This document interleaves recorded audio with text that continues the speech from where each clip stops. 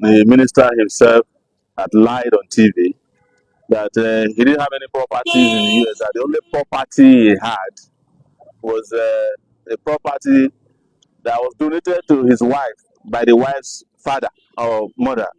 I don't know which work they did or they were doing. But in investigating further, we found out there were 4 properties in the name of the wife that were then donated. Listen to this. They then donated the properties that were millions at $10 per property to their children. So you buy a property for $2 million, you then give it to your children at $10. One of them was given at $100. So that was where they were caught. And we know that Nigerian system is too weak to deal with those things. But honestly, the little I know about law, the territorial jurisdiction for that crime is Florida. Yes, yes, it's in Florida, and we have written the Attorney General of Florida to ensure that the investigation commences immediately to unravel how the monies got to the U.S. to buy those properties. There are millions of dollars at the time that the people of Rivers, where the minister formerly used to be governor, couldn't even afford clean water, good schools, and hospitals. So, Florida will get back to us. We also intend on pursuing the Nigerian side of things. We're still working on those things. So, but we want to thank Nigerians and in the large numbers who have provided information. This is the first time that we crowdsource on finding information on a crime committed on Nigerian. People were sending information. We found hotels in Rivers, multi-billion naira hotels, hospitals, houses, lands in Abuja.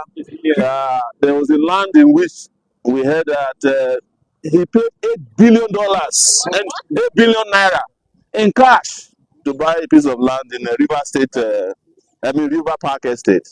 So all these things are not going to go, even if the president of Nigeria refuses, or the EFCC that has an eagle that has now tied his eyes.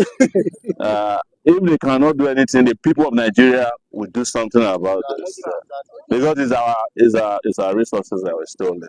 So Larry Olayinka has also. Who is Larry Olayinka? Please, when we want to talk about serious things, don't mention people whose names I don't know.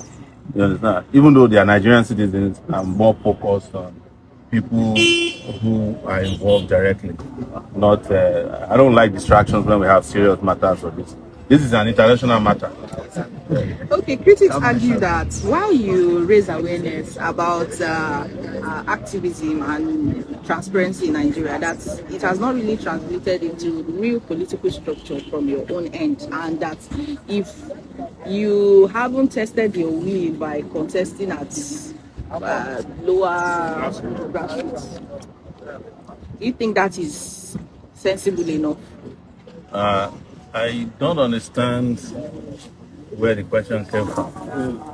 Do you know what it means to have taken on some of the most dangerous political struggles in the last 35 years? Is that not experience? It's an experience. For someone to look at the military in the eyes, military generals, and say you must quit power, and we force them out of power. We are not talking about military generals who have never fought wars. I fought people who fought in the Biafran War. Abacha, Babangida. Economic generals. Yes, economic generals. I fought against Buhari in this country until he died. I'm not attributing his death to myself, but I'm just saying that when he was alive and the president of Nigeria, I fought against him. So, where is the lower level I need to go again? Which level is higher? When you have the big struggles, you say go and do it, Sowore. You now ask me to go back to local government. It's like putting a nuclear bomb inside a well. Sorry, are you saying you are contesting? Are you declaring that you are contesting for this? It's not about. I have always told you that my participation in the political space in Nigeria has nothing to do with election calendars. Those ones are for Rufai and Atiku and the rest of them. They are the ones who come every 4 years from Dubai or wherever they are hiding. I fight every day. You know, I'm trying to court every day. This is my second case. I mean, court appearance. The first one was my own. This second one is to ensure that some police officers who used to beat me up, they are on trial. We want to come and ensure that they get fair trial. So we came here today at the FCC. Bernard Igwe, who was the one who was beating people up and shooting people during end-bad governance. He's retired. He's supposed on trumped-up charges. He's facing charges today, but because we are people of justice, we want to make sure that they get fair hearing.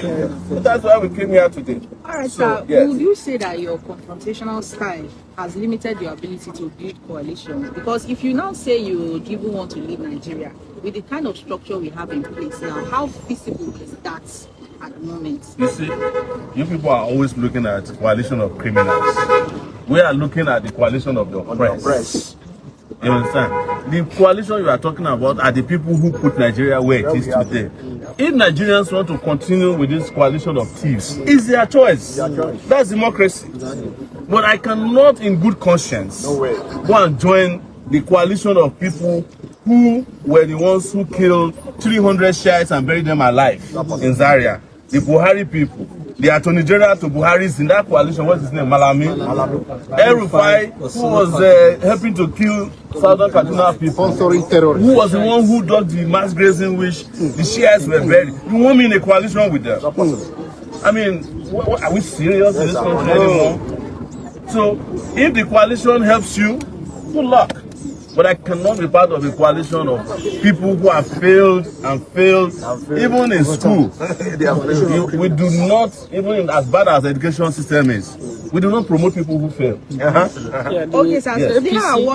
Here are one of the questions we got from our comment section, that you've often criticized those in power. But if given real power, what are the top 3 concrete reforms you would immediately implement? You know, people ask me all these questions all the time. I answer them. They pretend that they have not heard. That's what they do. I have spoken about all the reforms that will take place from day one. I even have an acronym known as Spicer HIT. That will focus on security, power, infrastructure, fight against corruption, and economic revival, restructuring of the country, healthcare. We are going to do something about education, agriculture, technology, and technology. Spicer HIT. And we'll do all of that at once. But just so that they know again, my number 1 priority will be the power sector. Because there can never be an industrial revolution in this country. We can't end poverty without turning on electricity. And we know the people who turn them off. They are in your coalition. APC in River State have called that federal government should come hard on you. What is your response to it? The APC in River State that you're mentioning is engaging in terrorism because they were accused of terrorism by a Canadian court. Yes, it is a terrorist organization. The person who issued that statement, let him go to Canada. He will be arrested and tried for terrorism. But even domestically, this so-called APC you mentioned, they are conducting what they call contempt of court. The court, I have a court judgment that says they are not the APC in River State. But it's not my job to determine who is the APC in River State or even at national level. So, but let them go to Canada.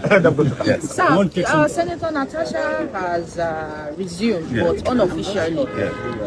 With the drama that played out between her and Akpabio and what we have at the moment, what does this reinforce, especially now that we know women in politics are not even actively participating based on the perceived suppression in the system? You know, this question was asked of me by you when it started, and I predicted that it would drag on until they do their wish, which is 6 months.